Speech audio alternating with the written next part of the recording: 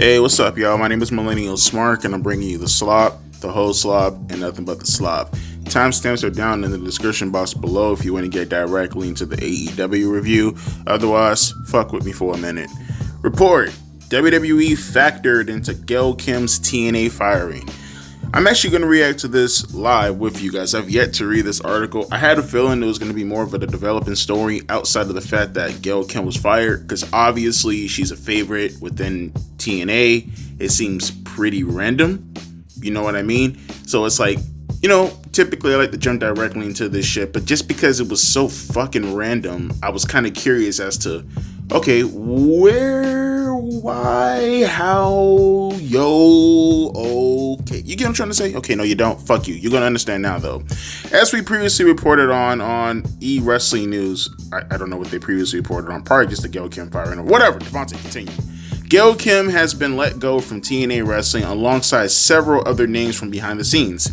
During a live Q&A on Sportskeeda Wrestling Bench, veteran reporter Bill Apter said Kim's exit was tied to the ongoing WWE TNA partnership. He said, and I quote, "I had heard today that it was something to do with the partnership between TNA and WWE. There's just something politically that may have happened in there. I don't know what it is. This is just what I've heard. Allegedly, it has to do with them restructuring a lot of things now that the thing with the WWE is they seem to be moving forward even more so." Fightful Sean Ross Sapp, there was an ad that popped up. Fightful Sean Ross Sapp has confirmed that Kim and the others were fired from TNA, quelling rumors of a mutual decision to part ways. Kim was the first TNA Knockouts champion, a title she held several times. More recently, she had been helping the Knockouts division as a producer. Kim had two stints in WWE, with the first from 2002 to 2004, seeing her hold the Women's Championship. Might I add also on her debut on Raw, just throwing it out there in 2003. It didn't say that, but I just want to add that part. And her second lasted from 2008 to 2011. That seems to be about it. So, I ain't gonna lie to you, I ain't gonna pretend to know jack shit about this because I don't really keep up with TNA like that. Obviously, Gail Kim's a legend, so I'm very well aware of who Gail Kim is, obviously. But, listening to Bill Apter talk, he kind of, doing some Meltzerisms inside there as far as not really knowing what the fuck has happened, yet he's just gonna go out of his way to say WWE has something to do with it. People always give shit to Dave Meltzer and Sean Ross Sapp, which is absolutely true. Give them more shit. As a matter of fact, take away their tissue. I want them drowning in shit. But people never really give the unsung heroes of complete and utter bullshit. They never really give the underrated award to people like Bill Apter. I mean, this is the guy that goes around talking about that there's a conspiracy theory around Chris Benoit dying at the hands of a fucking mafia. So just keep that in mind. This is the guy that we're talking about. He's also out there. He doesn't get mentioned a lot, but Bill Apter is also full of shit a lot of times. And again, he didn't really say much here. But what we do know is that, for the most part, Gail Kim got fired from TNA. Now, the most I will say that I am aware of is that there is, no love lost with Gail Kim in WWE. I remember her telling a story how when she got fired, or how she knew she was going to get released, or she wanted to quit or whatever in 2011, they had that big battle royal or whatever with the women back in, that time frame. I don't know if Melina was involved in that same battle royal where she did the exact same thing, or maybe I'm just combining two stories into one. But I know Gail Kim, rather than actually getting eliminated in the match, she legitimately just fucking exited the match straight up. And she vowed that she was never, ever, ever going to come back to WWE because she kind of felt like she was being buried during her tenure there from 2008 to 2011. Which, I'm not going to say she was buried necessarily in the traditional way, but I will say, considering who she was, as far as her repertoire is considered, and some of the matches that she was doing prior to coming back to 2008. Remember, even within 2008, she had that huge feud. Probably one may argue, and it'd be a strong argument to make. Awesome Kong and Gail Kim never really get their love for the whole women's revolution and stuff like that. People typically talk about the women in Japan. They talk about Trish and Lita, all that stuff, Medusa. One of the early, women to really put it on the map as far as what women's wrestling could do was Gail Kim and Awesome Kong. The matches that they were having in 2007 and 2008, they were fucking groundbreaking as shit. Like, massively groundbreaking. To the degree, it wouldn't surprise me if some of your favorite women today who were inspired by like the Baileys and Sasha Banks and Becky Lynch's and Charlotte Flair's and Asuka's and stuff like that, don't be surprised if people within their generation weren't inspired to go out and do that because of the matches that they were seeing from Gail Kim and Awesome Kong. As a matter of fact, they were the first ones. Yeah, Trish and Lita was like probably like the first like legitimate main event I've ever seen with the women taken seriously. We're not going to include Stephanie McMahon in this, but like an actual serious bout. I think Awesome Kong and Gail Kim, it wasn't, the first. It didn't break any ground as far as that is considered, but I think that was the first ever one, at least for me, where it had like legitimate heat towards it, because Gail Kim and Awesome Kong were beating the dog shit out of each other when they were feuding back in 2007. Those matches were fucking insane back in those days. And to see them actually, like, they were the first ever blood feud. Like, like Trish and Lita, they had more like a history type of feud. Gail Kim and Awesome Kong had a fucking blood feud. They were murdering each other. And to see them actually main event with that much heat, that was probably the first ever match I ever seen of that kind. And, to be fair, with all due respect to Trish and Lita, their match was actually good. You know what I mean? So, to see Gail Kim get unceremoniously fired like that, I'm not going to say WWE didn't have anything to do with it. I'm not Bill Apter. I'm not just going to throw out names without actually having some legitimate proof behind, or at least some reasoning behind. But I would definitely say that whatever the case may be, that does suck. And hey man, if it's corporatism that's taking over, it is what it is, right? But hopefully she could find some work. Hopefully she could work with maybe AEW, you never know. But yeah, shitty news. That absolutely sucks. But be careful listening to guys like Bill Apter. He's no different than fucking Meltzer. But with that being said, let's get into the video. Such a tale of two tapes with this opener tonight. I swear, this is the classic tale of two tapes. The actual opener in itself with Kenny Omega and this fucking generic wrestler. I mean, this guy is the most generic wrestler of all time, but it gets a lot better when we talk about this setup. I want to save that for last, right? What I want to talk about first is this whole Hurt Business or this Hurt Syndicate segment with MVP and MJF, because MVP fucking cooked on this segment. I mean, he absolutely fucking cooked. So, just to kind of give you a little bit of context, right? Before all this, Jericho and his two butt buddies, they cut a promo, right? Essentially saying that he wants to match with Bandito coming up at Dynasty for the ROH Championship. I know, fucks given, zero. But, more importantly, he wants Big Bill and the Bounty Hunter to go actually make a name for themselves because, they kind of just are, lackeys for Jericho in his bullshit ROH Championship, though, right? So you have that. Keep that in mind for a second. MJF and MVP, they're going back and forth on the microphone. Nothing bad. They seem to have a bit of a camaraderie. MJF has that business card that MVP gave him 2 weeks ago, and he decided, hey, you know what? No shenanigans, no bullshit. I want to be in the business to hurt people. And it seems like he's going to accept MVP's invitation to be inside the group. And while they're about to shake hands, out comes the rest of the Hurt Business, or Hurt Syndicate. I forget sometimes. Shelton Benjamin and Bobby Lashley, they come out. Bobby Lashley straight up goes right into MJF's face. It looks like he's looking for a handshake. And MJF, he's like, yeah, sure, buddy. And Bobby's like, no, give me that card that MVP gave you. And MJF's looking confused as fuck. He gave it to him, and Bobby Lashley just ripped it up in front of his face. And for a minute there, MJF was kind of like, I mean, bro, do you want to do this right now? And Bobby Lashley's like standing there like, I wish you fucking would. Before MVP and Shelton Benjamin, they start to break up what was about to happen to him. And then MJF backed out of the ring. He got out of the ring. MVP looking visibly confused, like, what the fuck was that all about, Bobby? Thought we had an understanding, don't you trust me? And while they were in the midst of, conversating amongst each other, out comes Wild Bill Hiccup and the Bounty Hunter, right? They come out, they confront MVP and the Hurt Syndicate, and, I guess the Bounty Hunter thought he had a nice line with that, I guess, hurt people, actually hurt people, right? Trying to spit bars and shit. I almost said the F word. You're a beast! F word base, bundle of sticks, British cigarette. But nevertheless, though, MVP just fucking cooked him. He just cooked him. While he's talking, MVP just breaks in. He's like, hey, Wild Bill, how about you get your bitch on the leash and let the grown man talk? Which, you know, obviously angered the bounty hunter. And then, like, Wild Bill try to get a joke on MVP, and he's like, I don't know if you're a businessman or if you're a pimp. And MVP is like, no, I'm a pimp and a businessman. For an example, I'm a businessman now and I'm a pimp because I'm about to make you two my bitches. And I'm like, Wild Bill, please stop. Wow, stop. And he's like, and this line also killed them. MVP just roasted the shit out of these boys. He's like, I see two champions in the ring, but I don't see any challengers. And MVP's like, we don't either. I'm like, oh my god, stop. Wild Bill, stop. You're cooked. You're cooked. You're cooked. It's over, bro. You guys are trying to like go back. It's over. You're fucking cooked. Okay, they turned the oven onto broil. It's over. Just go.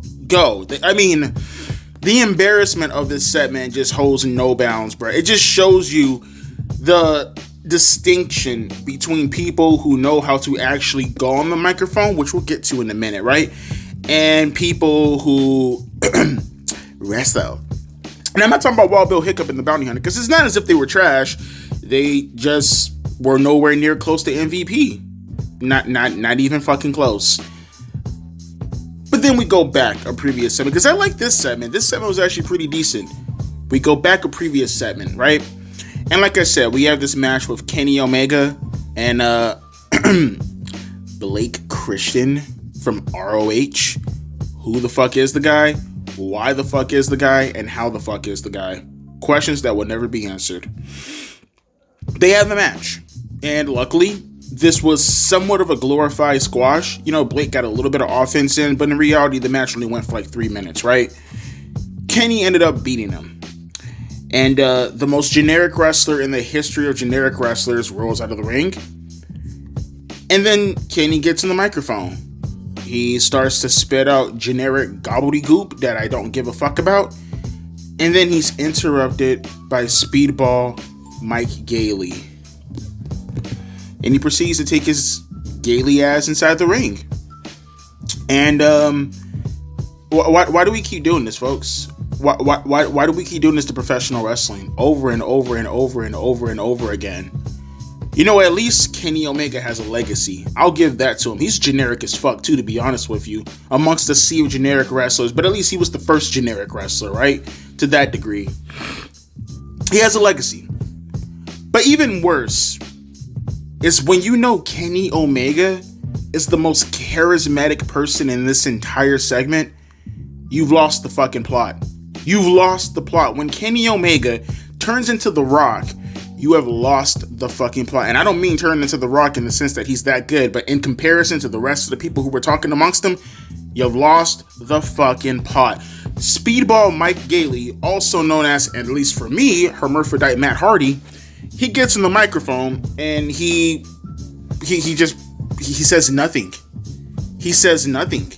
This dude looks like he's all but 90 pounds soaking wet. He gets in the microphone. Kenny, I am a big fan of you, and you're my inspiration. Also, I'm gonna take that title from you. Think I'm bullshitting you? That's his entire promo. That's his entire promo. Hermaphrodite Matt Hardy, that's all he said. And I'm just like, get this motherfucker out of the ring immediately. Please get him out of the ring. Get him out of the fucking ring. Get him out of the ring. This is your boy. This is the boy y'all was putting up on a pedestal. Mr. Oh, Devontae, he's not gay. He's actually pretty cool. No, he's gay, bro. He's gay. His microphone skills are terrible. He looks like every bit. Bro, how am I a civilian? And I don't, like, you know, I'm not no fucking bodybuilder. I just got a, you know, regular dude, 180 pounds, just decent sized dude, 5'11", 180. That's it. Exercise pretty regularly, but not no fucking bodybuilder. Why the fuck do I look bigger than your wrestlers? Why? I am as average can get as far as build. Why do I look bigger than your wrestler? That was such an embarrassment, but it gets even better because the embarrassment, it gets even worse, which means this segment got so much better. Ricochet pops up on the Titantron with his heart. Mind you, I'm telling you, I'm the king of horrible audio. This shit right here, this makes me sound like I'm on Joe Rogan's podcast as far as how bad that fucking microphone quality is. I could barely understand what the fuck that bald-headed stunted motherfucker was saying. But apparently he was, from what I can make out, I mean, you sound like a mumble rapper, but from what I can make out, Ricochet is, he's about to get married to Samantha Irvin. Hopefully Samantha Irvin's boyfriend, reacts to this, you know.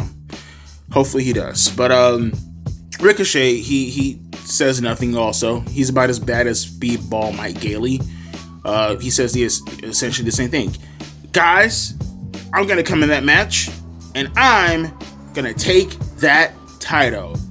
Aha! Like, get your bald-headed ass out of here, bro. Get out of here. Get out of here. Oh, my God, bro. Get out of here. Ugh. Bro, this was so bad.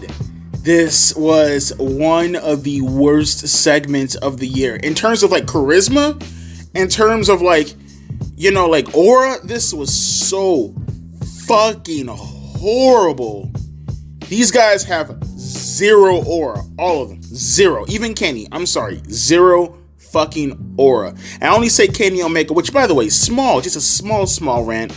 I will never understand what you guys see in Kenny Omega. Like, really, what the fuck does he bring to the table? I look at him and Blake Christian, and all I see is longevity. That's the only difference between these two that I see. They're literally the exact same kind of person when it comes to the skills and the talent, right? And in fact, one may argue that Christian is a little bit better because he's more athletic than Kenny Omega. Like, I don't see it. Like, when, I'll put it to you this way. When it was Shawn Michaels and when it was Bret Hart and people of that nature, understand that they were unique in the sense that, yeah, they kind of had like that same type of Kenny Omega athleticism and agility and all that other kind of stuff, but nobody around them could do what they do, and they stood out. It was innovative. They were the first, at least within the main event scene, right? And no one was like them. Now that everybody's essentially a Kenny Omega, but somehow, some way even more charismaless, uncharismatic, whatever you want to say, like, what the actual fuck is so cool about Kenny Omega? Like, is that not like the definition of a legacy act? Right? Is Kenny Omega not the definition of a legacy act? I never really got the whole thing about Kenny Omega back then in Japan too. Oh wow, I can do long matches too. Watch me jack off for 45 minutes. I can do that every single fucking day. And I guarantee you, I'd be shooting more loads than Kenny Omega. Let me stop. I'm gonna get banned off of YouTube. But look, all I'm saying is I don't really see the big deal behind Kenny Omega. And you know it's bad when I don't see the big deal behind him. And then all of a sudden, you got people who are just like pretty much clones of him, who are even way less who are way more worse than him and less talented than him in every other fucking aspect besides the athleticism. And that's more so because he's older. This segment was fucking horrible. The complete opposite of the MJF segment with MVP. Just what a complete and utter waste of fucking time. Don't do that ever again. They're gonna do it again though because it's AEW. Oh boy. Alright, so coming up next, we have Austin Theory versus Brody Lee. So let's get back to that. Oh, I'm sorry. No, my bad. Kyle Rittenhouse. Sorry. Kyle Fletcher versus Brody King. Let's get back to it. Alright, so a couple of things to talk about. First off, let's just get this out of the way as far as the two matches, because I'm going to be going from this all the way up to the Hook and Samoa Joe segment. Those first two matches were completely pointless. They bore the ever-loving shit out of me.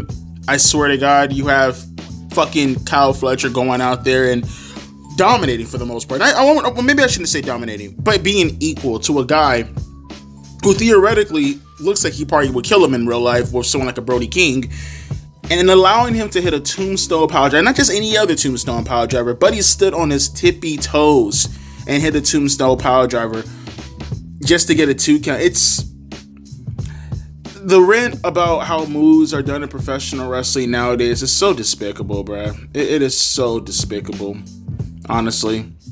I mean, The Undertaker has won 20 straight WrestleManias. 20 or 21, I can't remember the record. Undefeated, to have his move kicked out like it was nothing. I mean, that's the equivalent of the tombstone that Taker did to Shawn Michaels at WrestleMania 26. Thrown away as a transition move. It's repulsive. It's fucking repulsive. And then you had Will Hobbs, you know, who's pretty much turned into a modern day Rey Mysterio or Chris Jericho, where he sucks the momentum out of fucking everything. By the way, nice job, Tony. Him and Mark Davis, they started a fight as security guards broke them up. They pulled a WWE. Coming up next, these two in the match. They bored the fuck out of me too. Powerhouse Hobbs has lost all his aura. He is completely meaningless to me. I mean, he's even botching in the match. I mean, just pointless, boring ass filler nonsense. And I like this a little bit. You know, Swerve is cutting a promo back, or Hangman is cutting a promo backstage. And I didn't get the words at first because I was about to actually record something on those first holy shit, Allahu Akbar, Allahu Akbar, those first two stupid matches. And I was like, oh, you know what, they're gonna do another segment, fuck it. So I turned down my TV before I can hear what Hangman was saying. But he was interrupted by Swerve, who pretty much told him, hey, you get involved in my match, I know something. So, you know, kind of going back to the well on that one, we'll see how that actually develops. They had a segment with Edge and FTR, which I liked a little bit. You know, at least there's something going on with that to a certain degree. I don't know if they're going to turn FTR heel again. I'm not sure if that's the path they're going to go down. It looks like that's the path they're going to go down. Dax Harwood, obviously, he still has some friction with Edge, and you have Cash Wheeler, who's playing the mediator. And essentially, they're going to go after the Trios champions, the Death Riders, coming up at Dynasty. So we'll see how that develops. I'm going to save the Swerve and John thing for last. So I'll skip over to Joe and Hook. And, you know, they're still doing this whole Pulp Fiction gimmick, you know, where like they're just having, you know, just... I like this a lot. You know, this is actually good filler. I would like to see more of this in AEW, where like it's just fun little filler, nothing. I would much prefer this than seeing stupid ass opening matches like Kenny Omega versus Kenny Omega Light. But they're doing their Pulp Fiction gimmick where they're just walking around having casual conversations, randomly seeing people and just beating them up. And it's funny. It's actually fucking hilarious. I like it a lot. Oh, look who it is.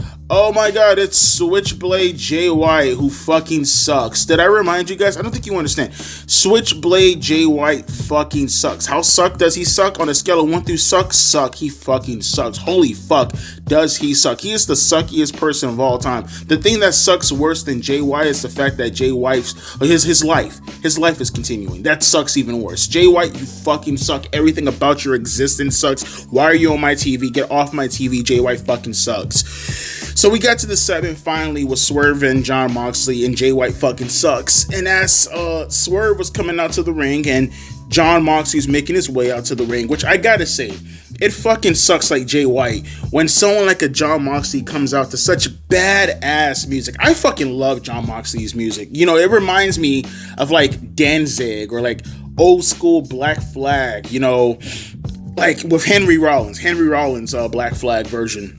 I love his theme song to death. It's like the precursor to grunge, like that sludge Soundgarden sound that they used to fuck with. You know, it actually kind of sounds like Slays and Bulldozers a little bit, you know, but you know, I hate the fact that he has such a badass theme song and, you know, it's fucking Jon Moxley. You know what I mean? But he does come out and Jay White sucks. And while he's coming out, he's getting in the ring and he cuts a promo, right? Obviously, Swerve talks first. I don't know why I say that's obvious. The only thing that's obvious that Jay White fucking sucks. Essentially, he talked. Swerve, he was kind of off kilter a little tiny bit. I was trying to see what he was going to. Again, Swerve is just one of those talents where it's like, you know, he's going to be hit or he's going to be missed. You know what I mean? That's it. He's going to be hit or he's going to be missed. You know, he's going to have a really, really, really dope ass solid fucking promo, or he's going to have a promo like he did with Ricochet. This one was sort of kind of in the middle. Like, you know, he had moments when he was good, especially towards the end of the promo, but the beginning of the promo was kind of shaky. Not terrible, but kind of shaky, right? But surprisingly, Jon Moxley jumped on the microphone, and Moxley has never been a bad promo from a rhetoric standpoint. You know what I mean? The problem with Moxley is that he kind of drones on a little bit too long, and it's like, dude, get to the fucking point already. You're speaking in riddles, and you never really solve any of these riddles. You know, that's the problem with Jon Moxley. But he was on point on this one. You know, he was on point, like talking and saying like how great Swerve is, and he's good, but how great is he to the extent of how far is he willing to go? You know, what are you willing to do? What are you willing to sacrifice? Kind of the same shit he was saying prior to some of the promos, but at least with this one, it kind of made sense because of the character of who Swerve Strickland is. You know, and I like the Cesaro coming out and being directly behind Prince Nene. I will say, I would have probably played it off a little bit longer, and I would have made it look like Prince Nene didn't know that like Cesaro was directly behind him. But Moxley can look directly at him, and Swerve can look directly at him. But, you know, and it was kind of weird because it kind of felt like Prince Nene, because he never looked behind him. I mean, you know, intentionally at least. But it kind of felt like Prince Nene's character didn't know Cesaro was there. I'm not sure what was the significance of that. But nevertheless, though, you know, Swerve, he, you know, had a retort, and essentially he cut a pretty decent promo back on him. You know, said that he's going to take the championship at Dynasty, and he's going to continue his dynasty. And he's like, I'm one step ahead of you. He didn't have to turn. I like this a lot, too. How it looked like Marina Shafir was about to come out and do something to Swerve with a pipe or a crowbar or whatever. But then you had Willow come out and actually stop her from doing that, and Swerve never had to turn around. And he was like, I'm one step ahead of you, Mox. I like that a lot. That was really good. That was actually really solid. And Jay White fucking sucks. And, you know, I gotta say, what they did with this was decent. You know, it wasn't the best promo in the world, but it did enough. My only problem with this is, and this is just me, because I kind of felt like that they were going to go with this angle for a little bit. It looked like that they were going to have Cesaro kidnap Prince Nene. You know, and that would have actually fit the Jon Moxley character and the whole Death Rider shtick, right? That's where they should have went. There's two things about this segment that I didn't like. The fact that once again you're mid-carding your world champion. I hate this. I hate that they keep doing this dumb shit. I don't know why they keep doing this. I mean, no, I'm sorry. I'm playing stupid. I know why they keep doing this dumb shit, but I fucking hate that they keep doing this dumb, stupid fucking booking. It's fucking horrible. Like Jay White fucking horrible. And they keep doing this dumb shit where they keep having the world champions main event. Or not main event. They should main event. What I would have preferred is for them to actually do this in the main event and then end it with a cliffhanger with Cesaro and the rest of the Dick Riders kidnapping Prince Nene and having Swerve run out on the street or something and it showing a copyright sign and then it going off the air like that. And then maybe you can come on the air next week with Swerve trying to get answers. That's how you build up to the pay-per-view. That's what I want to see, more angles. The promo was good, or at least as good as it's going to get. But there was so much more they could have got out of this, but they stopped short of doing it because, again, they're so fucking focused. They're so heavy with the wrestling, bro. And all the wrestling matches tonight are fucking just horrible. Like, these are terrible fucking matches. I'm more so liking some of the character developments and some of the stuff that they're doing versus any of that. Like, one of the things that I didn't talk about, that I forgot to talk about, or did I touch on it already? I don't think I touched on it already. Did I? Did I? Yeah, I did. I touched on the Christian shit already. Like, more of that. Like, I like the Christian stuff, right? I sort of kind of like the John and Swerve stuff. I sort of kind of like the Edge and FTR stuff. That's what I want to see more of. That's character development. All these dumbass, boring ass, shitty ass matches that they're showing tonight are just fucking horrible. But it's taking up way too much television time. Like, they just did this pointless ass match right here with Top Flight and some other jobbers that I don't even fucking recognize. I don't want to see that. Show me more Joe and Hook choking out fucking fucking whatever his name is. I forgot the fucking guy's name. The fucking rapper guy, whatever his name is. Show me more of that. You know what I mean? That's filler that I would like to see. Show me more of the promos that would get me more, you know, involved with the actual matches at the pay-per-view. You could have done Swerve and John in the main event. You could have done Swerve and John in a kidnapping angle. You could have done stuff like that, but instead, you decided to do more matches in order to fill the gap of time that could have been dedicated to actual angles. And then after the whole Swerve and John stuff, I forgot to talk about this, you had this shitty fucking fight with Marina Shafir throwing like Ronda Rousey-esque type of punches. That's how fake they look. at Willow Nightingale, and it's like you're taking the shine away from the World Championship, man. Don't do that. That's unnecessary. You could have had them fight. You could have had the same angle where, Marina Shafir was discarded by Willow Nightingale, and Swerve could have still been looking at Jon Moxley and not take his eyes off of him and be like, hey, you know what I mean? Like, I'm one step ahead of you. That could have been something that you could have done. But instead, you decided to have the women fight and take off the remaining shine that these two had going on, which is already bad enough because you're having a mid card, so the championship doesn't even feel like it's so. That's the kind of shit that I'm talking about. Some of the unnecessary shit that they need to really focus on. You know what I mean? And Jay White fucking sucks. Like, they need to stop doing this consistent nonsensical booking of just having guys talk and thinking that's going to be the crux. They need to stop it with this nonsensical booking of having the World Championship in the middle of the card. They need to stop it with this nonsensical booking of having the matches be more filler than the angles that can actually develop characters to get people behind these people to have reason to want to see the matches to begin with. Does that make any sense? Of course, you can have AEW fanboys come into the comment section and be like, "Go Devontae, you're a hater." It's so sad because, again, I'm breaking it down. I'm trying to be concise. I'm trying to give my actual opinions about the things that I've seen growing up that got me involved with most of the superstars that were household names. You guys have no household names for the most part that weren't WWE related, and even those people aren't really necessarily household names. I'm just saying, do better with your booking flow and, it'd be so much better. I'm not going to say this was the worst middle of the portion card I've ever seen in AEW. It's not the worst, but there were so many things that they could have done to take advantage of most of these angles, and they just didn't. They just didn't. But we still got like 30 more minutes left of the show, so hopefully maybe they'll do something that I reference. I don't know. Let's continue with the show, I guess. Let's continue. And as always, Jay White, I'm not here to say to skibidi yourself in Minecraft, but please skibidi yourself in Minecraft immediately. I hate you. Okay, so never mind. I didn't talk about the Christian segment, huh? Did I? Well, I guess I'm calling it the Christian segment, but Christian wasn't really involved in it. Like, pretend that this is actually supposed to be, because this is actually supposed to be after the first recording or the first timestamp after the intro and before the last one that I just recorded. That's technically where this should be at, but I want to take time to talk about that also. The Christian segment was fucking awesome, and Christian wasn't even involved in it, just to let you know how fucking awesome Christian is. I want to see more of that. That's what I'm talking about. I want to see more of that, and it was really short, but it got the point across. I'm very curious as to see I know where they're gonna go with it. It's pretty obvious, it's somehow, some way supposed to be tying in Christian and Edge, obviously, and I'm very curious as to where that's gonna go. Like, if I had to guess from the looks of it, I'm just taking a guess here. It looks like what's gonna be the play for All In Texas. And you guys are gonna be like, how? Bear with me. It's just, watching wrestling for so many years, you can kind of pick up on it. It looks like it's going to be Christian and Edge versus FTR at All In Texas, if I had to take a guess. But we'll just have to see. But I think that's the play. Christian and Edge versus FTR at All In Texas. You had this segment with Nick Wayne. And he was essentially saying that it was him.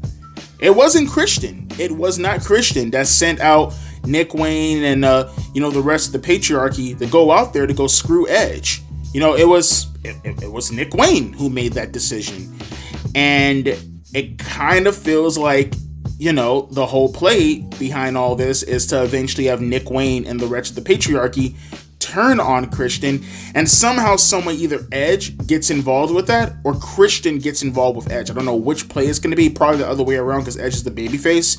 And essentially, this was Nick Wayne saying, you keep making plans that are terrible, and I'm going to take the lead, and I'm going to be the person who makes this a point to, more than likely actually carry this stable. So that's actually very decent development as far as this. Because again, Edge losing the match because of the interference from the patriarchy had nothing to do with Christian. That's actually decent. I don't know. See, that's the shit that I'm talking about. While they're busy doing boring ass matches like right now with Konosuke and Mark Briscoe, you should be doing more of what you're doing right now. Because like I said, it's pretty obvious that's the play, right? Maybe they want to eventually do patriarchy versus Edge and Christian, maybe on a random episode of Dynamite, I presume. and I'm gonna assume the play is gonna be All In Texas, Edge and Christian versus FTR. If you're going to develop long-term storytelling, this is how you're supposed to do it. But it's weird because it's like they have the answers. They know what they have to do things like this, because that's clearly where they want to go down the path towards. Yet, so many months, so many years, even within this show, they have so many missteps with everything else that it's like, dude, like you make things so fucking difficult where it doesn't really have to be. That's what I'm saying, man. I like this segment. If for nothing else, it shows the potential of what Tony can do, or at the very least, the wrestlers who are involved, because I wouldn't be surprised if Edge and Christian have their claws in all this, which makes it even worse, because it's like, you guys, more in particular Edge, make decisions like what you did last week in that garbage match with Jon Moxley. It just makes it even worse. I don't know, man. They're weird when it comes to stuff like that, but look at this shit right here. It's so crazy, bro. You just had Kenosuke to catch the kick out of an underhook power driver. Isn't that the J Driller, right? Mark Briscoe doing the J Driller. That's the underhook power driver, right? Like, perfect example right here, man. You let your clowns go out there and do their circus routines when you have the opportunity to do more stuff, and then you show your potential when you book angles like you're doing right now with Christian and the patriarchy, and it's just weird. It's just weird. But I just had to take a moment to talk about that because I feel like I forgot to talk about it on the last segment. But yeah, continuing on with the show, we're probably gonna get to the main event. Okay, never mind. I'm not gonna fucking do this. Coming up next is gonna be fucking... Oh my god, they're so lame, dude. Why do they keep doing this shit? They're making a mockery out of professional wrestling every week, bruh. I feel like this is the most positive I've been about AEW in a while, and they just always go out of their way to step on their own fucking dicks. How do they do this shit all the fucking time, bro? Every single fucking time they end up always doing this fuckery. Coming up next is going to be the women's tag team match to be the main event of the fucking show, bro. Why do they always do this shit? It's so frustrating. You can't even give them the chance to actually fucking do... Like, I give them a little bit of fucking rope and they just throw it. They're so gay, dude. Oh my god, they're so horrible. Who the fuck asked for this to be in a minute? Like, what is this doing for your audience? What is this? What is this? Once again, if you knew how to book fucking angles, maybe the main event could be an angle, bruh. You could, like, I don't understand this stupid fucking logic. This dumb fucking logic of consistently putting your world champions in the mid-card segments, but then not following up with what else they could do. You can do both. He's so frustrating, dude. He's such a terrible fucking booker, man. He's so terrible. He's so bad at his fucking job. Dude, you can have multiple segments. It's okay. It's not an unwritten law. It's not a written law. It's not something that you're forced to do. You can have multiple segments for the same act. What the fuck is wrong with this guy? Really, what the fuck is wrong with him? Why does he do this? Why does he keep doing this? No, I'm not gonna watch this shit. Who wants to watch this? Who the hell wants to see this? If your idea is that your crowd is just gonna turn off the TV by 9 o'clock or whatever, that just speaks to how fucking bad of a fucking booker you are. What part does he not get about this? You're not doing something innovative. All you're doing is admitting to everybody that you don't know what the fuck you're doing. What does this do for anybody? Why does he keep doing this shit? And even worse, you started off your show with a boring fucking inconsequential match, and you ended this time with a boring inconsequential match, and you took the good stuff and you put it directly in the middle. Bro, this is so lame, bro. This is so lame. I see the Hurt Syndicate. Let me see what the Hurt Syndicate are gonna say. Maybe they'll say something important. All the quality shit before the fucking main event. And the sad part about it is too, you know, you have the Hurt Syndicate out there pretty much questioning MVP's motives as far as why he wants to get MJF involved. They gave more segments to this, which it deserves it. I'm not saying it doesn't deserve it. It does, because you want stuff like this to actually shine. You give more time and effort into this than you do your World Heavyweight Championship stuff. Man, it's fucking pitiful. It's fucking pitiful. I can't believe we're ending the show with this. This is just this equity bullshit, man. It needs to stop. It needs to stop. We need to put a halt to this, man. This constant thinking that you putting the women in the main event or something is supposed to put you into get fills with people of the DEI community. It needs to stop. It needs to stop. Especially when it's pretty obvious you're doing it for disingenuous reasons. You sit here and you think just because you're putting the women in the main event, that's supposed to put you in good standings with the Twitter mob.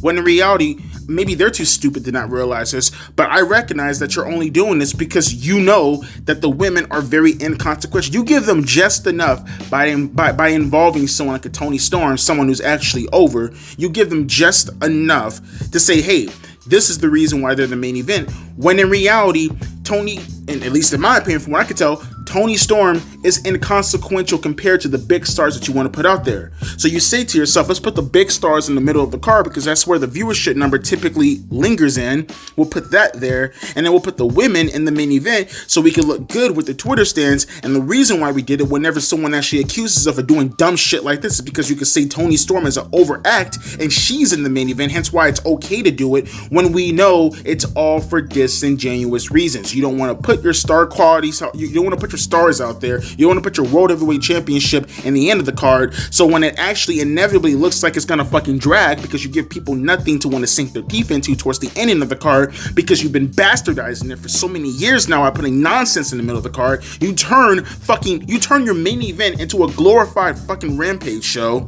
a glorified fucking dark elevation show. You put your main event stars in the middle of the card and you put your bullshit in the end of the fucking card so you can be like, hey, our stars actually have quality. Our stars actually pull in viewers. When in reality, Toni Storm is a quality star, but she's on the low end of the totem pole compared to people that you actually want to push. And you put this out there because it's both not embarrassing your main superstars, both not embarrassing your World Heavyweight Championship, with the added bonus of saying, hey, Twitter guys, we put the women in the main event. It's so disingenuous and it's such clown behavior. You're actually willing to fuck up the priorities of what your actual World Heavyweight Championship should be doing at the behest of not embarrassing your World Championship contenders or whatever, and to get in with the Twitter mob. That's all it is. That's all it is. People will pretend as if that's not what they're seeing. People will pretend to use Toni Storm as some signifier as to why this should be the case, when in reality, she's just on the low end of the totem pole of people that Tony Khan consider draws. And she's going to be the sacrificial lamb in order to use the excuse as to why this is okay to main event. This company, man, it's not about the wrestling. It's not about promoting professional wrestling to the standards as to where it once was. It's about a guy playing with toys. It's about a guy and his vanity project, and it's about a guy who cares more about how he looks and how his brand looks versus actually putting on quality television shows and giving us a reason to want to tune in. That's the agenda. That's the propaganda. I hope people see through this bullshit. And no, I'm not gonna review it. I'm not gonna watch this match. I don't give a fuck about this match. Let me know your thoughts down in the comment section below. As always, my name is Devontae, aka Millennial Smart, and I'll be catching you guys later. What a fucking joke. He always does this shit, and God, if you can't see through it, man, you're a bigger moron than he is.